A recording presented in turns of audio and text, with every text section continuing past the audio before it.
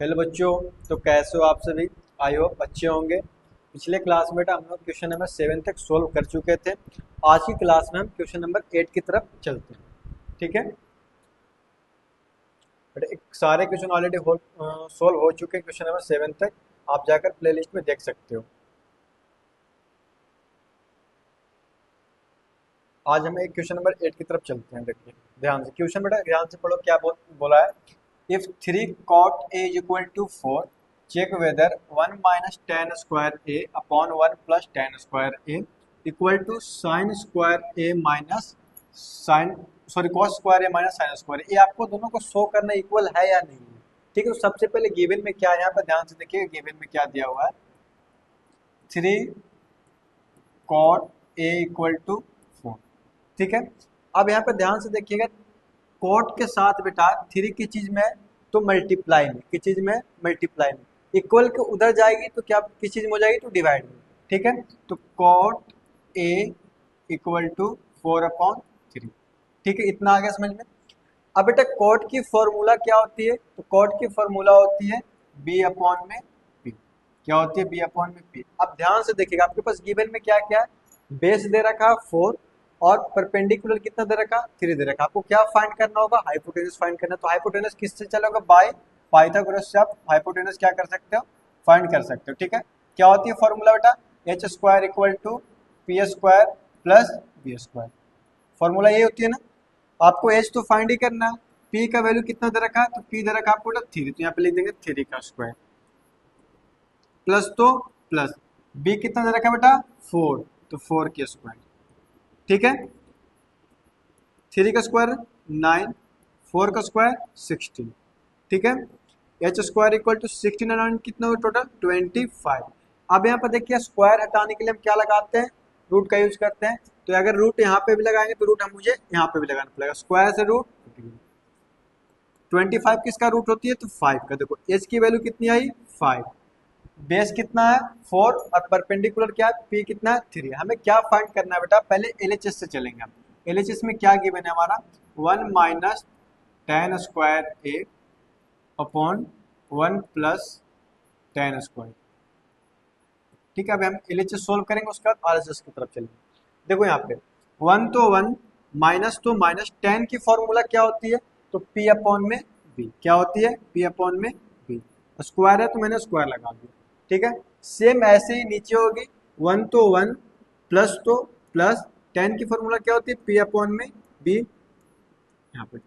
ठीक है, अब नेक्स्ट स्टेप में बेटा हम क्या करेंगे, p का वैल्यू और b का वैल्यू पुट करेंगे। ठीक है, ध्यान देना 1 माइनस p कितना है बेटा आपके पास, तो p हमारे पास 3 है तो 3 लिख देंगे। ठीक है, b कितना है, तो b आपका 4 है, यहाँ पे 4। ठीक है, नीचे सेम है जो 1 प्लस 3/4।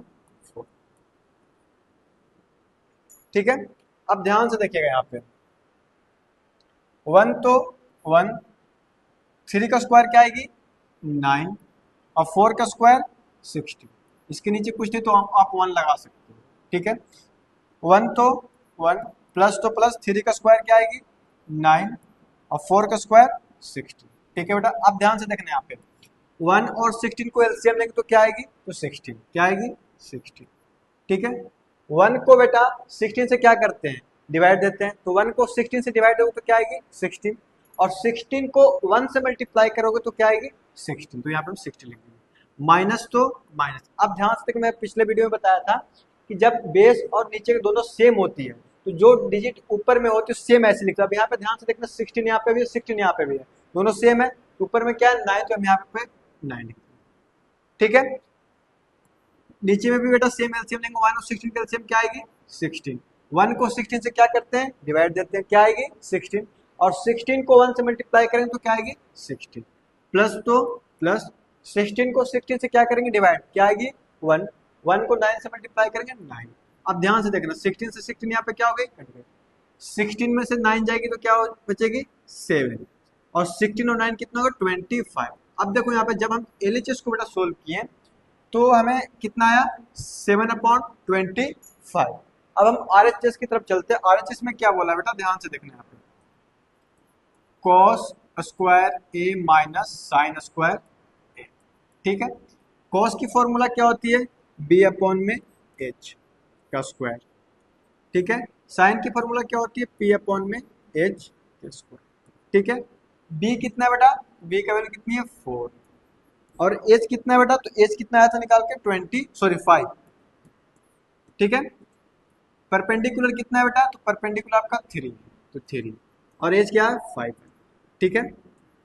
4 का स्क्वायर 16, 5 का स्क्वायर 25। अब यहाँ से ध्यान से देखना, ये जो स्क्वायर लगी हुआ है ना बेटा, स्क्वायर ये ऊपर वाले के लिए भी होता है और नीचे वाले के लिए भी होता है। ऐसा नहीं कि ऊपर वाले को 4 का स्क्वायर 16 और 5 तो 5 ऐसा नहीं करना, ठीक है। 3 का स्क्वायर 9 और 5 का स्क्वायर 25। अब हम क्या करेंगे, एलसीएम लेना है। 25 क्या आएगी, एलसीएम 25 भी आएगी। मैंने बताया था अभी भी, इसमें बताया जब बेस सेम होती है तो हम यहाँ पे सारा ऊपर का डिजिट भी क्या आएंगे सेम, तो मतलब 16 माइनस 9, 16 में से 9 माइनस करें तो क्या आएगी 7, और नीचे क्या 25। अब देखो यहाँ पे जब RHS को सोल्व किया तो क्या आया 7/25, और LHS को सोल्व किया तो भी क्या है 7/25, तो क्या है इक्वल है या नहीं, तो बोल देंगे हाँ ये इक्वल है, LHS इक्वल टू RHS। ये चीज हो, देखो क्वेश्चन नंबर 8 यही थी, एक बार ध्यान से देख लेना इसे। अगर वीडियो अच्छी लगी हो तो लाइक, चैनल को सब्सक्राइब करना भूलें नहीं, ठीक है। ध्यान से देखो क्वेश्चन।